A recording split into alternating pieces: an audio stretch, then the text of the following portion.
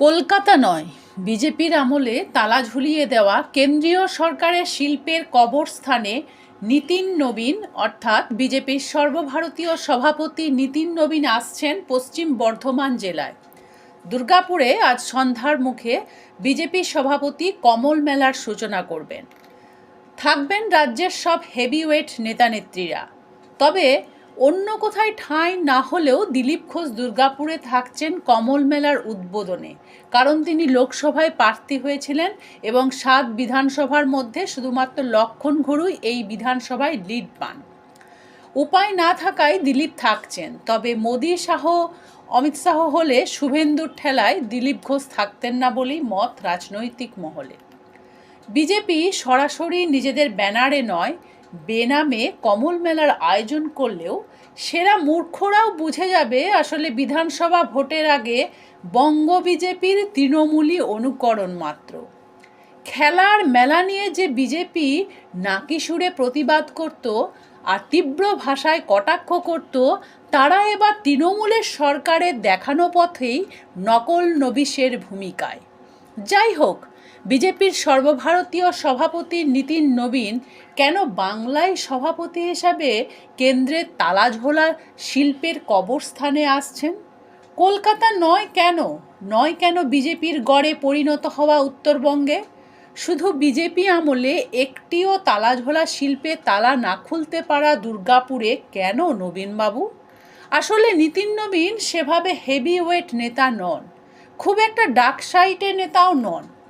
মোদি শাহ খুব একটা গুরুত্ব দিতে নারাজ, কারণ দলে একটা সভাপতি চাই, তাই সভাপতি আছেন, কিন্তু বাংলায় নির্বাচনে জেতার জন্য প্রধান সিদ্ধান্ত ওই দুজনেই নেবেন, অন্য কেউ নন।